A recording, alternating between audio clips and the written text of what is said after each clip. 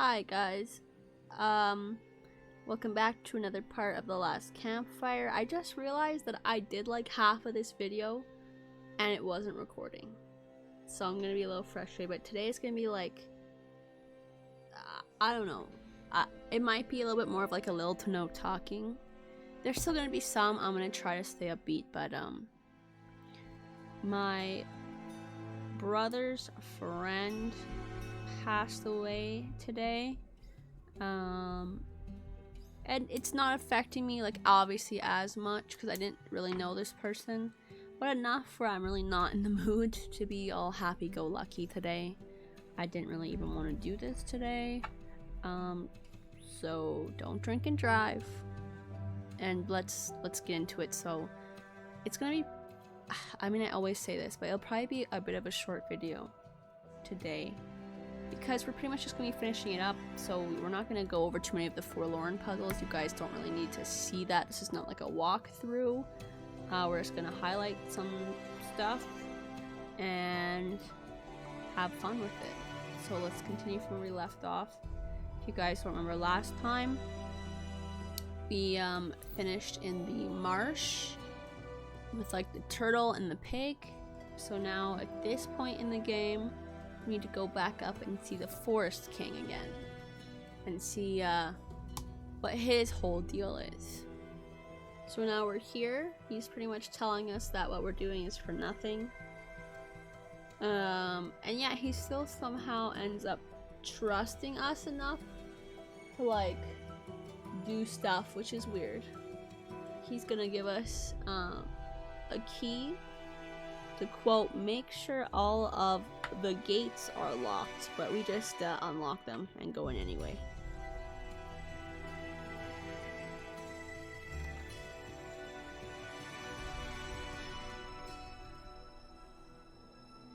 So now we're in this area. This kind of looks like an extension of the marsh, but really this area is just a transitional area. We need to do a couple things here to allow us to get into that cave you see behind me, by obviously filling this area with water. If you didn't know, by the boat. This is kind of like, I like to call it the water level, even though we don't swim, but we need our boat pretty much to do everything. So let's go fill this bitch up. So if you see here, this is Iron Claw, the crab, and we need him to progress into flooding the area. This puzzle is actually interesting because I had assumed it was just like a throw food and he follows puzzle, like Bug Snacks or something, if you ever played that game. But he actually rotates every time he moves, as you see right there, and the food has to be directly in front of his face. So it took me a second. I had to reset it because I realized I messed up, but pretty interesting little puzzle, not hard. Alrighty, so now we have him. He's ours now, and we're gonna go cut down this drawbridge. I think I just talked to this guy first to see if he'll let us help him or not, which he doesn't, looks like.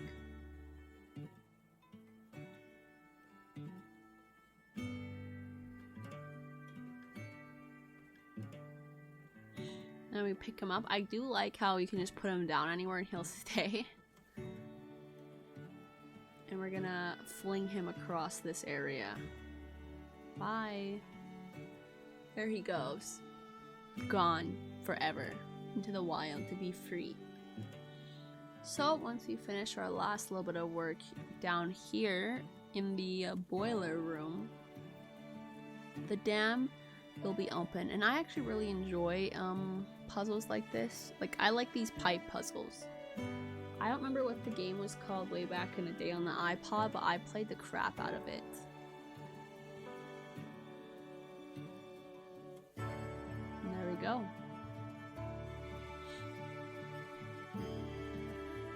This guy, he thinks I deserve a Nobel, not Peace Prize, but like a science one. And here goes the pig's mouth. Now we can use our boat to get in the cave and have some fun. Now this area is pretty cool because it has these light puzzles, which I like. It's not like they're hard or anything, but I do think it's kind of cool that there's this little extra element of the puzzling, because the last area was like all about mazes kind of, and then just like feeding a pig. But here there's actually a little bit of like, not necessarily work, just I find these types of light puzzles really fun. Or like if you guys ever played Legend of Zelda, the puzzles where you have to like follow where the statue's pointing, those are also really fun. I enjoy those. Just a little I don't know, 2 cents. I also really like this area because we get to see the full like beautiful bluey glowness in full effect. It's very pretty. I like it. I'm sorry this video is going to be so short too, guys, but I mean there's not much for you to watch. Like I said, it's not a walkthrough, so we're just going to be getting through some puzzles, and I'll let you guys see the cool little fun elements of this game. But this game, for me personally, is very difficult for me to record because I feel like it can get repetitive very quickly if I show you every puzzle without making it a walkthrough. So we just rescued 2 Forlorn, and now we've opened up this pathway to the left. Let's go see what else is over here. I do like how my guy paddles, he's so cute.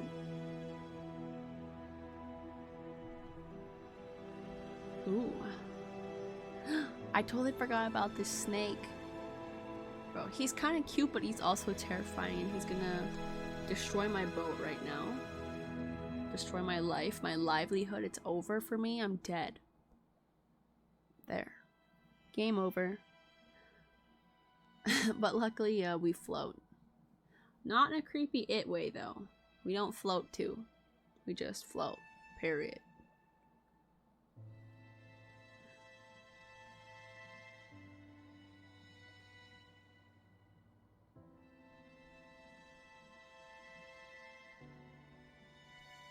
We're gonna float away.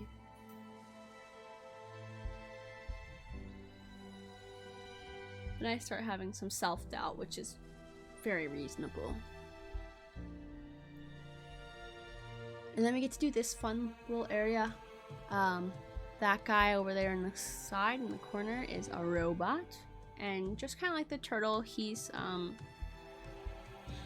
I don't know, what would you call it, the special character of this area. And actually, you guys, like, kind of fun fact.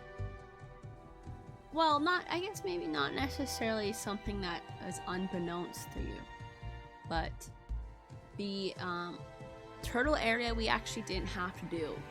It was optional to beat that section, which I think is interesting because the robot, like, this section is not optional. We need him to help us get out of here.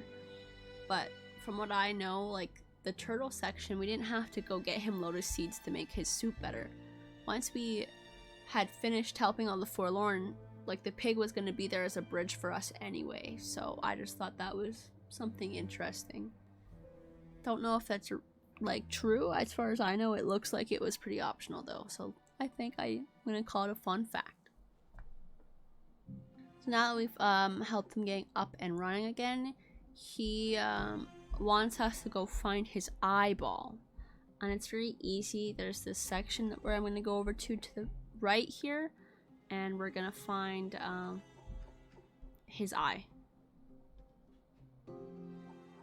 So once we tilt to whirl ourselves up here, we're going to open this door, which this door is so annoying to me because if you don't get those little gold pieces all the way in, it actually won't let you open the door. Like, they can't even be out like a centimeter, or else it doesn't count. See, here I thought it was up all the way, or in all the way, but on another one I had them just like a hair farther out and it wouldn't open the door for me. It was insane. So then we have this is just a spindle arm. As you can see on that barrel across there, that round thing, that is his eyeball. So we will make haste. Alright, so we got his eye back, and now he's just asking what's wrong. But we're just telling him how the snake kind of attacked us. And, well, we say attacked, but he's kind of telling us that it probably wasn't the case, and we ended up here. So now he's going to make us a custom boat, which I think this is probably the coolest part in the game for me personally. Like, this is the most, like, fun part, because everyone loves to customize their own thing, but I really do think it's cool that they were thoughtful enough to at least let us have a bit of a customization option. You know, they could have just been like, here's your basic boat back. But instead they ask us just a couple questions to have it be a little bit more interactive and fun. I like it. I should go work for IGN. I know Salsa always makes fun of me for like reviewing games as if my opinion matters or is revolutionary, but I think it's fun. I don't know. Just saying, if you want to know my opinion, that's my opinion. So I picked spring. I didn't realize that that meant green, but I like green, so it's fine. We got a green, which I thought was a dog, but ends up being a fox boat. Look at him. He's so cute. I guess you could say that's a dog, but I think it's definitely meant to be a fox because like the side pieces where it's like hair coming out of his cheeks. And the white tipped tail. But regardless, let's continue on. I don't know how much more of this area I'll show you guys. It's pretty much just same old, but I'll cut back in if I think of anything maybe just important for you guys to know if you decide to play this game yourself or to explain what I'm doing. So I'm here. We're in our first of I think 2 or 3 areas. And we got some light puzzles on our hands. So you can see our little friend over there, and this snake comes and won't let us get to him. As the robot told us, the snake is drawn to light. So what we have to do is over to the right. I don't know if you guys will get a chance to see it right away just because of what I do first. There's like a super big globe in the cage. Kind of like that one we just saw that I walked past is like a mini version. We got a nice big globe there in the cage. And we're gonna light it up by doing a series of puzzles, helping some forlorn along the way. And we're gonna get that snake off of him.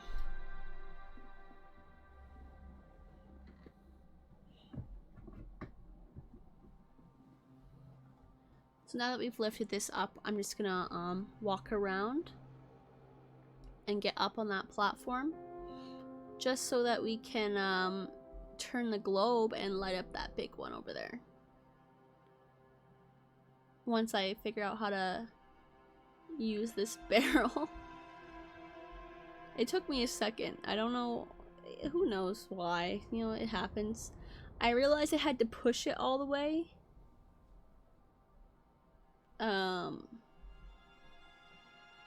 I was laughing at myself for not.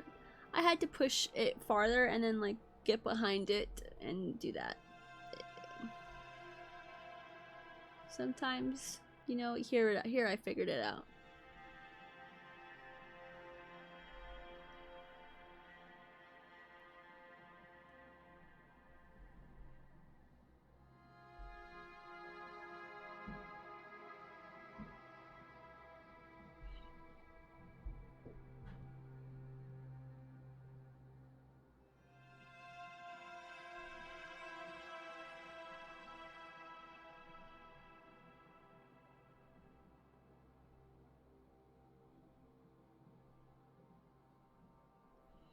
This almost kind of reminds me of Sly Cooper, like that perspective. I should honestly figure out a good PS3 emulator and play it for you guys sometime. I love those games so much. But now, as you see, he's enthralled with this globe thing here. I'm gonna call it a globe, I mean. And we can go save our little friend. So I'm not gonna show you guys the forlorn puzzles again. Unless this was a walkthrough, they're all pretty similar. Like all these ones have like the sliding serpent for the most part, kind of like a themed puzzle, where the last ones was a lot of like rolling around and fire and wind. Or pipes, like, you know, any type of puzzle you encounter in the environment is typically what you're going to encounter in a forlorn puzzle. So we go over to this area to the right here, and once again our little snake friend is going to come up and wrap itself around the forlorn. So just like the last area, we just have to get that globe lit up and he'll be on his way. Alrighty, so once we got that snake away, I believe we encounter 2 or 3 more forlorn, and that does include the one the snake was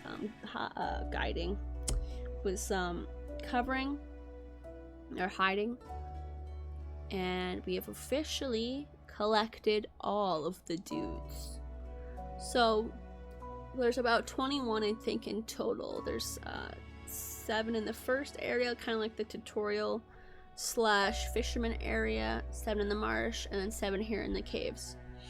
And once we get all those bad doggies rescued, which you actually only have to get 12, I think, to beat the game, but once you get them all, we go face the Forest King one more time, and our journey comes to the end, which again, like I said, this video, I always say the videos are going to be short, and end up being like 45 minutes long, because it's like a 2.5 hours worth of recording I'm cutting down. But this one, I'm suspecting will be closer to 20-ish minutes, I'm hoping. So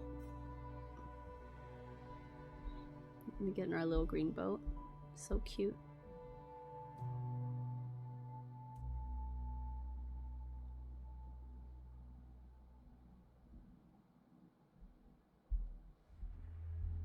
I do like the aesthetic of like ancient, kind of almost debris and ruin. And here's where we get to, I kind of get to, I think last episode I had talked about the elevators and how they just take you back up to the Forest King's area, so you guys get to kind of see this. And I might not do too much cutting for this last part, because there's not a lot left to do here.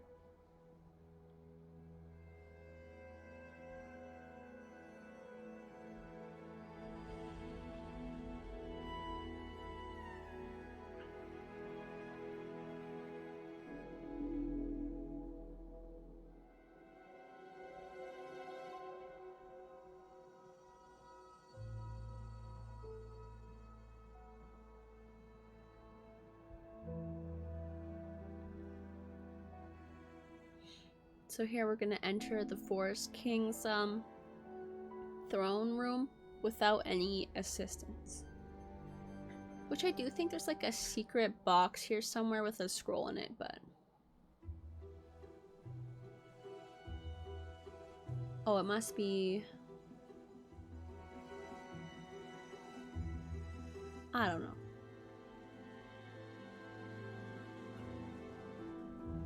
They'd say that he's dead, I think.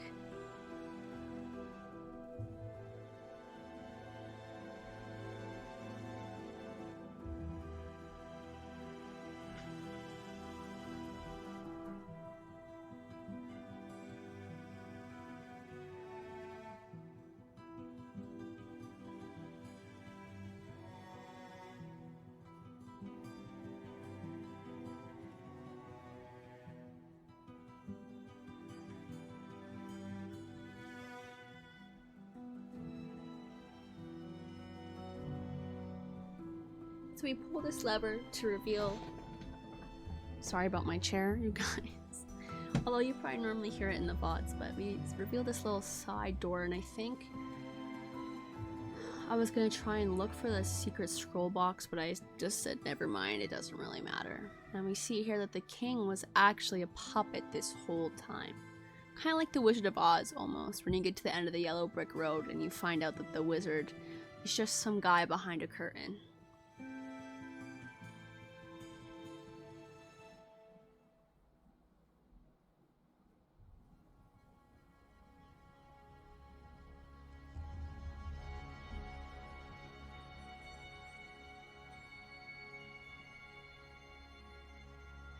And as you can see here, there's that rope back there, and it gives us another secret door This guy was living in a spy movie. Secret doors everywhere.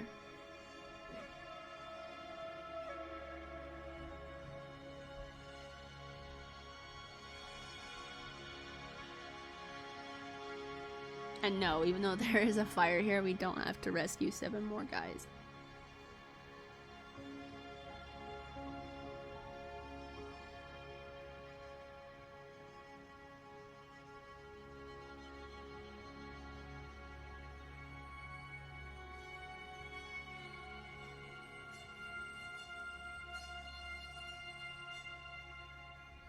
So here I asked that I wanted to help others because I thought maybe we could go back to the ones who didn't want to be helped now, but he just tells us that we've gotten all of them. So I think if you don't get all 21, he maybe will give you like, oh, there's blank in the swamp, blank here, and you can go back if you needed to.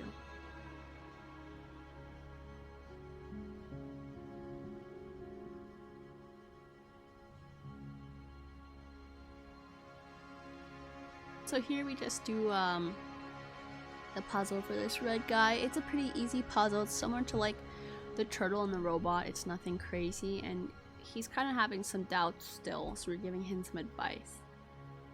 You know, he is upset that his journey didn't really mean anything at the end, and that he felt like a failure. So we're kind of telling him how it's okay to fail, and that it's okay to be scared, but in the end, it's still worth it.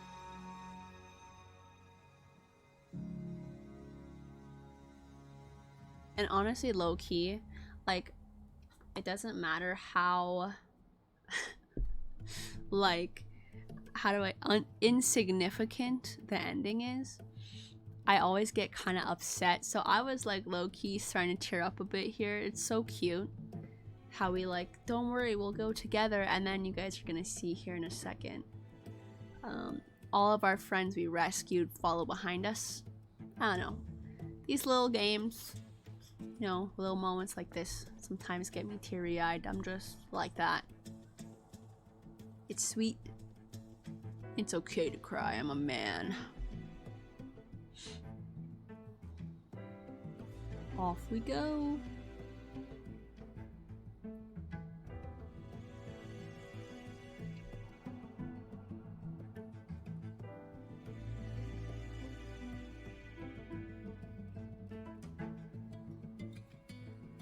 And 'tis the end. As we leave, I honestly thought the others were here just gonna like watch us leave and we're leaving them behind, but as you see here, they actually end up following us. Again, I really like this game. I enjoy games. I think I told you guys this already, but I don't care how many more times I'll tell you, but this aesthetic is one of my favorite, like the glowy lights, cute characters, cute story, vibrant landscape, vast variety in nature. You know, we got a cave, we got a swamp, we got, you know, all this cute stuff. I like it, I love it, I want some more of it. Here comes our friends, and we're gonna lead them to the next area, next chapter of their lives, where they can be free. Very sweet. And we actually make it back to the area that this guy missed before, and we wait this time for everybody. We're not chumps who leave others behind.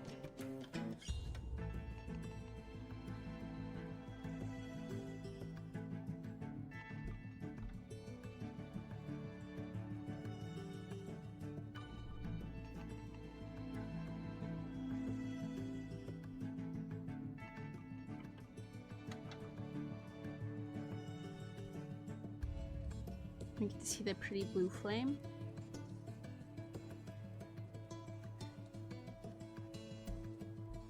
And as we walk up to glorious new beginnings, all of our friends are here. There's lots of them. I actually wonder if you had not rescued all 21, if the number here would be smaller. I don't know.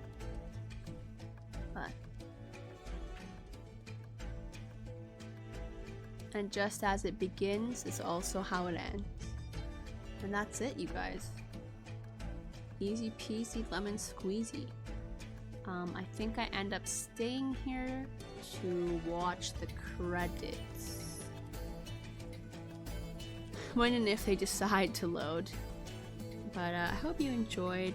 Let me know if you care.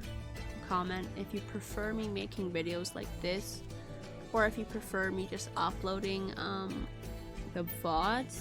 Actually, ideally, I want to get to a point where I can do a bit of both, but I haven't really, honestly, I love to say I haven't had the time. I honestly haven't been bothered to try and fix my Twitch to see if it will record nicely now, or if it was just like a shadow like ban almost, where like they didn't let me know that something got copywritten, so like I had no volume on there. I don't know.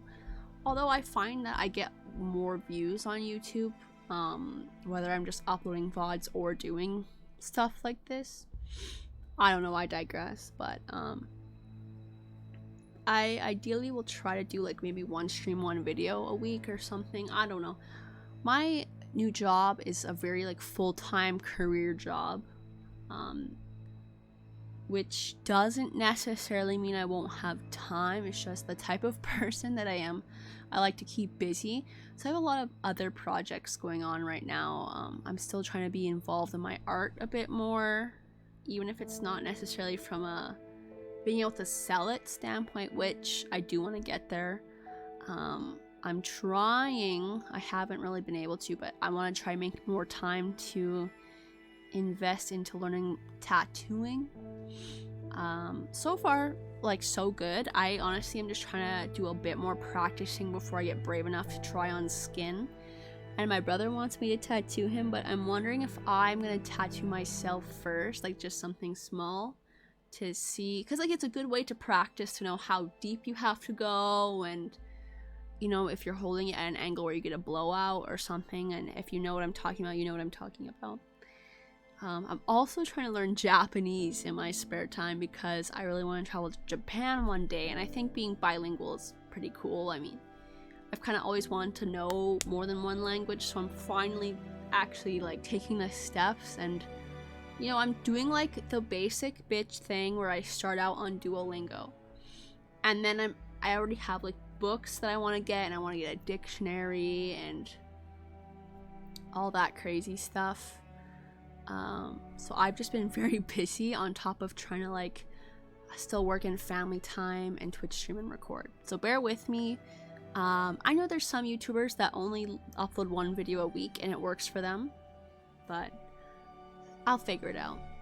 In the meantime, thank you for watching, and I'll see y'all in the next one. Bye bye.